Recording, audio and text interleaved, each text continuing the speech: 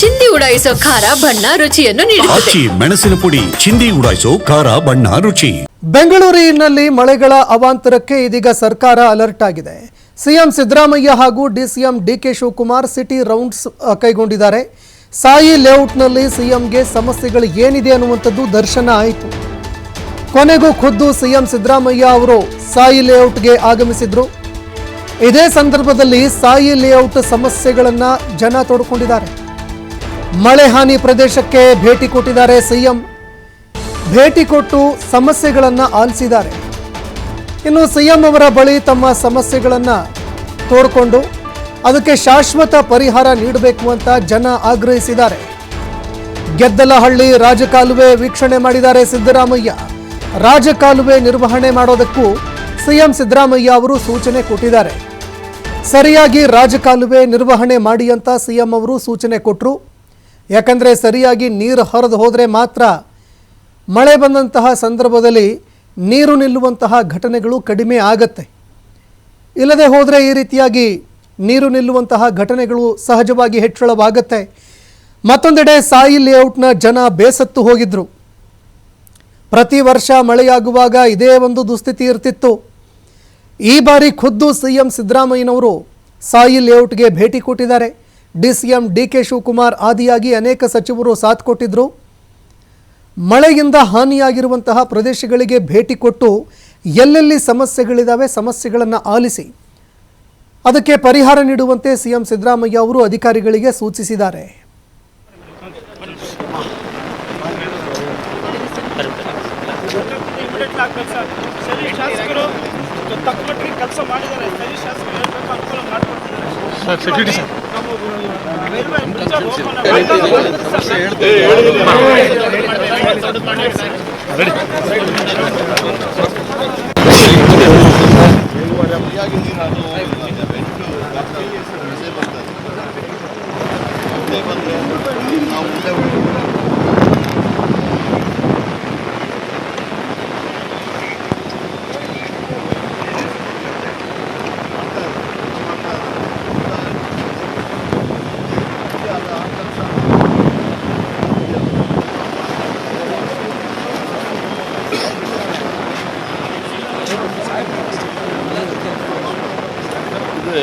Railway contract 3 ಕೋಟಿ ರೂಪಾಯಿ ಕೊಡ್ಬೇಕಂದಲ್ಲ, 13 ಕೋಟಿ ರೂಪಾಯಿ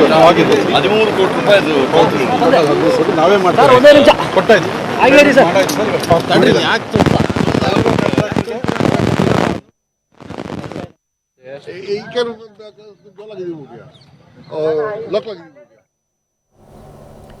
ಇನ್ನು ದೃಶ್ಯಾವಳಿಯಲ್ಲಿ ನೋಡ್ತಾ ಇದ್ದೀರಿ, ಸಿಎಂ ಸಿದ್ದರಾಮಯ್ಯ ಅವರು ಮಳೆ ಹಾನಿ ಪ್ರದೇಶಕ್ಕೆ ಭೇಟಿ ಕೊಟ್ಟು ರಾಜಕಾಲುವೆ ಕೂಡ ವೀಕ್ಷಣೆ ಮಾಡಿದ್ರು.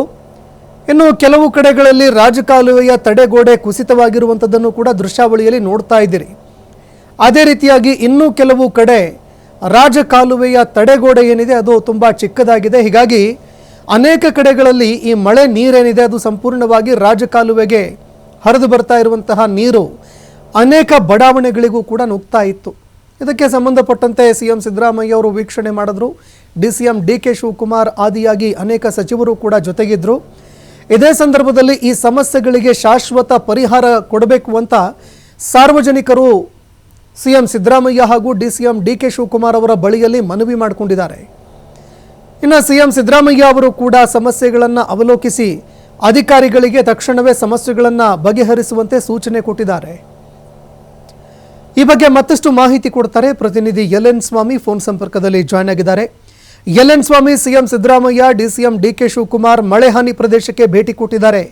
ಸಾಯಿ ಲೇಔಟ್ನಲ್ಲಿ ಸದ್ಯಕ್ಕೆ ಪರಿಸ್ಥಿತಿ ಹೇಗಿದೆ, ಅದೇ ರೀತಿಯಾಗಿ ಸಾಯಿ ಲೇಔಟ್ನ ಜನ ಯಾವ ರೀತಿಯಾಗಿ ನೋವು ತೋಡ್ಕೊಂಡ್ರು, ಈ ಬಗ್ಗೆ ಮತ್ತಷ್ಟು ಮಾಹಿತಿ ಕೊಡೋದಾದ್ರೆ. ಸಂತೋಷ್, ಇವತ್ತು ಸಿಎಂ ಸಿದ್ದರಾಮಯ್ಯ ಸೇರಿದಂತೆ DCM DK Shivakumar city rounds ಅನ್ನ ಮಾಡ್ತಾ ಇರುವಂತದ್ದು. ಒಂದು ಕಡೆ ಕಳೆದ 3-4 ದಿನಗಳಿಂದ ನಗರದಲ್ಲಿ ಸಾಕಷ್ಟು ಮಳೆ ಆಗಿದೆ. ಮಳೆಯಿಂದ ಸಾಕಷ್ಟು ಹಾನಿ ಹಾಗೂ ಸಮಸ್ಯೆಗಳು ಕೂಡ ಹೆಚ್ಚಾಗ್ತಾ ಇದೆ. ಹಾಗಾಗಿ ಖುದ್ದು ವೀಕ್ಷಣೆಗೆ ಹಾಗೂ ಜನರ ಸಮಸ್ಯೆ ಕೇಳೋದಕ್ಕೆ ಇವತ್ತು ಸಿಎಂ ಸಿದ್ದರಾಮಯ್ಯ ಸೇರಿದಂತೆ ಡಿಸಿಎಂ ಡಿಕೆ ಶಿವಕುಮಾರ್ ಅವರು ಸಿಟಿ ರೌಂಡ್ಸ್ ಅನ್ನ ಮಾಡ್ತಾ ಇರುವಂತದ್ದು.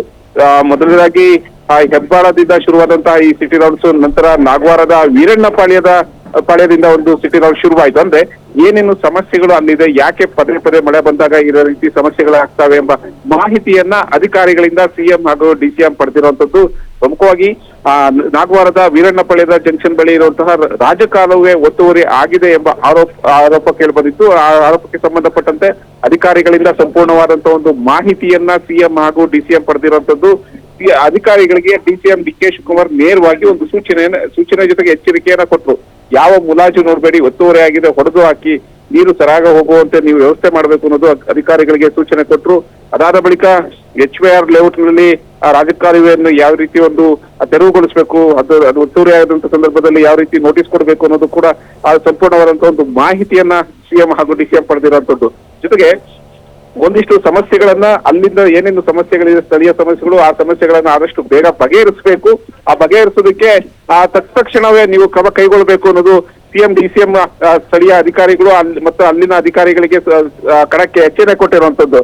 ಇದಾದ ನಂತರ HBR ಲೇಔಟ್ ರಾಜಕಾಲುವೆ ವೀಕ್ಷಣೆಗೆ ಸಂದರ್ಭದಲ್ಲಿ ಆ ಗೆದ್ದಲಹಳ್ಳಿ ವೆಂಟ್ ಅಗಲ ಅಂದ್ರೆ ರೈಲ್ವೆ ಟ್ರ್ಯಾಕ್ ನ ವೆಂಟ್ ಅಗಲ ಮಾಡುವುದಕ್ಕೆ ಸೂಚನೆ ಕೊಟ್ಟಿರುವಂತದ್ದು. ಯಾಕಂದ್ರೆ ಇಲ್ಲಿ ರಾಜಕಾಲುವೆ ಹೋಗಬೇಕಾದ ನೀರು ಸರಾಗವಾಗಿ ಹರಿಯುವ ಸಂದರ್ಭದಲ್ಲಿ ಆ ರೈಲ್ವೆ ವೆಂಟ್ ನ ಒಂದು ನೀರು ಸರಬರಾಜಾಗೋದಕ್ಕೆ ಅದನ್ನ ಇನ್ನೂ ವಿಸ್ತರಣೆ ಮಾಡಬೇಕು. ಹಾಗಾಗಿ ವಿಸ್ತರಣೆ ಮಾಡಬೇಕು ಅನ್ನೋದು ಕೂಡ ಸೂಚನೆ ಕೊಟ್ಟಿದ್ರು. ಜೊತೆಗೆ 100 ಮೀಟರ್ ವರೆಗೆ ಬೇಸ್ ಪಾರ್ಕಿಂಗ್ ಅವಕಾಶ ಮಾಡಿಕೊಡ್ಬೇಡಿ ಅನ್ನೋ ಸೂಚನೆಯನ್ನ ಕೊಟ್ಟಿದ್ದಾರೆ. ಅಂದ್ರೆ ರಾಜ್ಯ ಕಾಲುವೆ ಅಕ್ಕಪಕ್ಕ ಇರುವಂತಹ ಒಂದು ಮನೆಗಳ ನಿರ್ಮಾಣ ಮಾಡ್ಬೇಕಾದ್ರೆ ಅಲ್ಲಿ ಬೇಸ್ ಪಾರ್ಕಿಂಗ್ ಗೆ ಅವಕಾಶ ಮಾಡಿಕೊಡ್ಬೇಡಿ, ಸುರಕ್ಷಿತವಾಗಿ ಇರುವಂತೆ ಒಂದು ವ್ಯವಸ್ಥೆಯನ್ನ ಕೈಗೊಳ್ಳಿ, ಸೂಚನೆಯನ್ನ ಕೊಡಿ. ಅಂದ್ರೆ ರಾಜಕಾಲುವೆ ಅಕ್ಕಪಕ್ಕ ಇರುವಂತಹ ಮನೆಗಳಿಗೆ ಬೇಸ್ ಪಾರ್ಕಿಂಗ್ ಕೊಟ್ಟ ಸಂದರ್ಭದಲ್ಲಿ ನೀರು ಅಲ್ಲಿಗೆ ಹೋಗಿ ನುಗ್ಗೋದಕ್ಕೆ ಸಾಧ್ಯ ಆಗುತ್ತೆ. ಹೆಚ್ಚಾದಾಗ ನೀರು ಅಲ್ಲಿ ಹೋಗುತ್ತೆ, ಅದರಿಂದ ಸಾಕಷ್ಟು ಸಮಸ್ಯೆಗಳು ಎದುರಾಗುತ್ತೆ ಅನ್ನೋದು ಅಲ್ಲಿನ ಅಧಿಕಾರಿಗಳಿಗೆ ಸೂಚನೆ ಕೊಟ್ಟಿರುವಂತದ್ದು. ಇದನ್ನ ಹೊರತುಪಡಿಸದೆ ಗೆದ್ದಲಹಳ್ಳಿಯ ಒಂದು ರೈಲ್ವೆ ಅಂಡರ್ ಪಾಸ್ ವೀಕ್ಷಣೆ ಮಾಡಿದಂತಹ ಸಿಎಂ ಡಿಸಿಎಂ ಅಲ್ಲಿ ಆ ರೈಲ್ವೆ ವೆಂಟ್ ಅನ್ನ ಅಲ್ಲೂ ಕೂಡ ರೈಲ್ವೆ ವೆಂಟ್ ಬ್ರಿಡ್ಜ್ ಇರುವಂತದ್ದು, ಅಲ್ಲಿ ಅದನ್ನ ಅಗಲ ಮಾಡೋದಕ್ಕೆ ಜೊತೆಗೆ ಸಂಬಂಧಪಟ್ಟಂತ ಅಧಿಕಾರಿಗಳಿಗೆ ಸೂಚನೆ ಕೊಟ್ಟಿರುವಂತದ್ದು. ಅಂದ್ರೆ ಈಗ ಇರುವಂತಹ ಒಂದು ರೈಲ್ವೆ ಬ್ರಿಡ್ಜ್ ಇಂದ ಸಾಕಷ್ಟು ಅವಾಂತರಗಳಾಗ್ತಾ ಇದೆ, ನೀರು ಸರಬರಾಜಿಗೆ ಹೋಗೋಕೆ ಆಗ್ತಾ ಇಲ್ಲ. ಹಾಗಾಗಿ ಅಲ್ಲಿ ಎಲ್ಲಾ ರೀತಿಯ ವ್ಯವಸ್ಥೆಯನ್ನ ಮಾಡ್ಕೊಡ್ಬೇಕು ಅನ್ನೋದು ಕೂಡ ಸಿಎಂ ಹಾಗೂ ಡಿಸಿಎಂ ಸೂಚನೆ ಕೊಟ್ರು. ಜೊತೆಗೆ ಅದಾದ ಬಳಿಕ ಪದೇ ಸಾಕಷ್ಟು ಸಮಸ್ಯೆಗಳು ಕಂಡು ಬರ್ತಾ ಇರೋದು ಸಾಯಿ ಲೇಔಟ್ ನಲ್ಲಿ.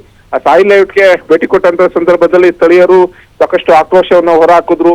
ಪದೇ ಯಾಕೆ ಈ ರೀತಿ ಸಮಸ್ಯೆ ಆಗ್ತಾ ಇದೆ, ಈ ಸಮಸ್ಯೆಗೆ ಶಾಶ್ವತ ಪರಿಹಾರ ಕಂಡುಕೊಡ್ಬೇಕು. ಜೊತೆಗೆ ಮಳೆ ಬಂದಾಗಲೆಲ್ಲ ಈ ಸಮಸ್ಯೆಯನ್ನ ಅಧಿಕಾರಿಗಳ ಗಮನಕ್ಕೆ ತರ್ತೀವಿ, ನೀವು ಕೂಡ ನೋಡ್ತಾ ಇರ್ತೀರಿ. ನೀವು ಸಾಕಷ್ಟು ಬಾರಿ 2-3 ಬಾರಿ ಈ ಪ್ರದೇಶಕ್ಕೆ ಭೇಟಿ ಕೊಟ್ಟಿರಿ. ಆ ಭೇಟಿ ಕೊಟ್ಟ ಸಂದರ್ಭದಲ್ಲಿ ಸಮಸ್ಯೆಯನ್ನ ಬಗೆಹರಿಸ್ತೀವಿ ಅಂತ ಹೇಳಿ ಭರವಸೆಯನ್ನ ಕೊಟ್ಟಿದ್ರಿ. ಆದ್ರೆ ಇಲ್ಲಿವರೆಗೂ ಆ ಸಮಸ್ಯೆಗಳು ಕೂಡ ಬಗೆಹರಿದಿಲ್ಲ ಅನ್ನೋದು ಕೂಡ ಅಲ್ಲಿ ಸ್ಥಳೀಯ ನಿವಾಸಿಗಳ ಆಕ್ರೋಶಕ್ಕೆ ಒಂದು ಕಾರಣ ಆಗಿತ್ತು. ಹಾಗೆ ತಮ್ಮ ಸ್ಥಳೀಯ ಅಲ್ಲಿರುವಂತಹ ಒಂದು ಸಮಸ್ಯೆಗಳನ್ನ ಹೇಳ್ಕೊಂಡು ಆದಷ್ಟು ಬೇಗ ಶಾಶ್ವತವಾದ ಒಂದು ಪರಿಹಾರವನ್ನ ಆ ಸಮಸ್ಯೆಯನ್ನ ಸಮಸ್ಯೆಗೆ ಪರಿಹಾರವನ್ನ ಕಂಡುಕೊಳ್ಳೋದಕ್ಕೆ ಅಲ್ಲಿನ ಸ್ಥಳೀಯರು ಕೂಡ ಸಾಕಷ್ಟು ಒಂದು ಆಕ್ರೋಶವನ್ನ ಹೊರಹಾಕಿದ್ರು. ಸಂತೋಷ್, ಧನ್ಯವಾದಗಳು LN ಸ್ವಾಮಿ ನಿಮ್ಮೆಲ್ಲ ಮಾಹಿತಿಗೆ.